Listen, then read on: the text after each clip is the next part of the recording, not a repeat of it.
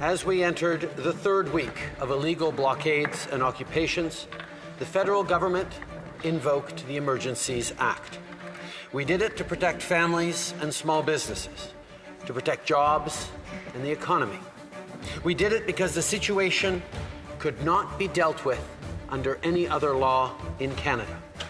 Mr. Speaker, we did it because that's what responsible leadership requires us to do. For the good of all Canadians, the illegal blockades and occupations have to stop, and the borders have to remain open. Here in Ottawa, law enforcement now has more tools and resources in order to give the people of this city their jobs, neighborhoods, and freedoms back. It is consistent with the requirements of the Emergencies Act that the views of the premiers of all provinces and territories be carefully considered, and that is what we did.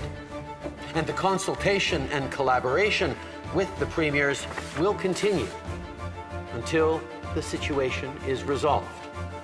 Like I said on Monday, the scope of the Emergencies Act is time-limited and targeted, as well as reasonable and proportionate.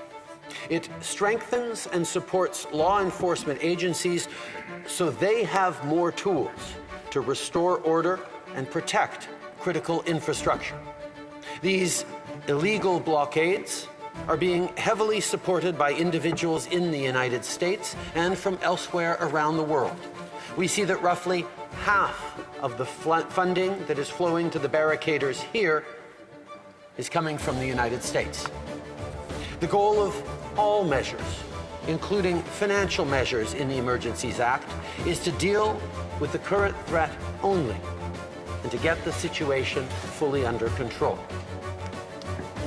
Mr. Speaker, I want to reassure Canadians that when the Emergencies Act is invoked, the Canadian Charter of Rights and Freedoms continues to protect their individual rights. The blockades and occupations are illegal. They're a threat to our economy and relationship with trading partners. They're a threat to supply chains and the availability of essential goods like food and medicine. And they're a threat to public safety. Mr. Speaker, we understand that everyone is tired of this pandemic. We understand that Canadians are frustrated with COVID. Some protesters came to Ottawa to express their frustration and fatigue with public health measures, and that's their right. Like I said, it's a right that we'll defend in this free and democratic country. But illegal blockades and occupations are not peaceful protests. They have to stop.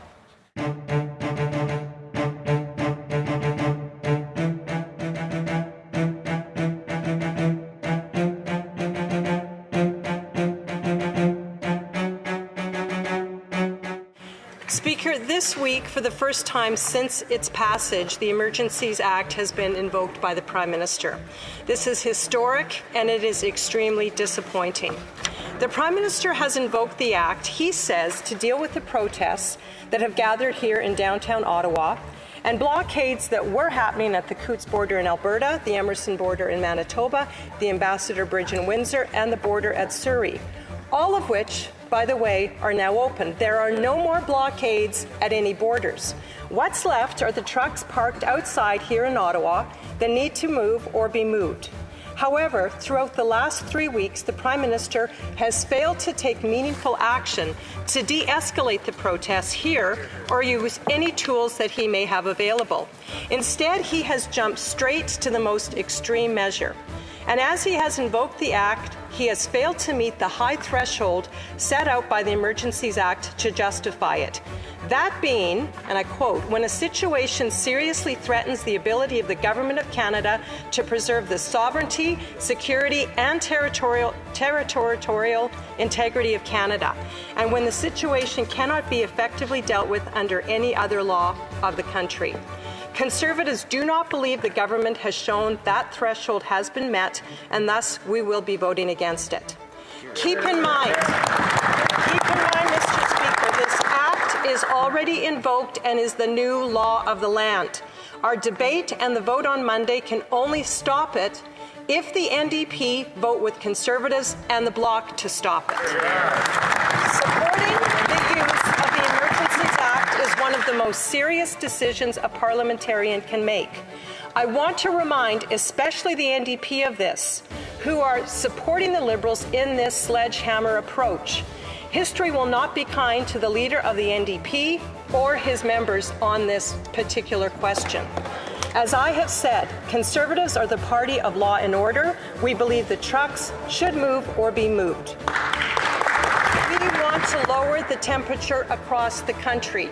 The Prime Minister clearly wants to raise it. The Prime Minister has stigmatized, wedged, divided and traumatized Canadians. And now, without even a single meeting with a trucker, without talking through one of their concerns, without apologizing for his insults and listening to what people have to say, without using any other tool at his disposal, he has used this overreach, this Emergencies Act, and it's wrong. The Prime Minister's leadership in this situation has frankly been abysmal. He said this week, and I quote, "Invoking the Emergencies Act is never the first thing a government should do, or even the second. The Act has to be used sparingly and as a last resort." But his actions have shown the opposite approach. The so-called measure of last resort has come before taking any action to address the frustrations at the root of the protest. Even the provinces are unhappy with the Prime Minister for doing this. Alberta, Saskatchewan, Manitoba, Quebec, Nova Scotia, they're all opposed to the use of the Emergencies Act. This is not a good look for the Prime Minister. We all want the trucks here in Ottawa to move. We want a peaceful and quick end to the trucks blocking the streets in Ottawa. Our message to those protesting is still this: Conservatives have heard you. We will keep standing up for you. But it's time to move the trucks. He may not like it, Mr. Speaker, but in Canada, civil liberties must be defended at every turn. Section 2 guarantees our freedom of association and assembly. Section 7 guarantees our right to life, liberty, and security of the person. Section 8 guarantees our protection against unreasonable search and seizure.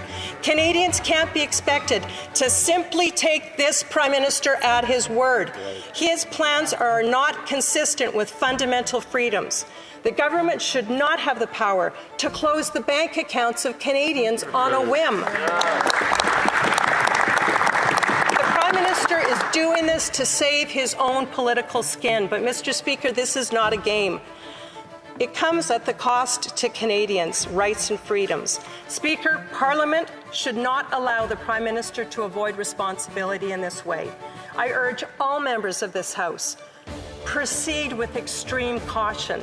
Now is the time to stand up for your constituents, to show real leadership, to help heal our divisions, to listen to those we disagree with, to not shut them down, to not tell them that they are irrelevant, to not speak insults to them. That is the job of each one of us as members of Parliament. No matter who we represent, we have to represent them with integrity, with hope, with honour.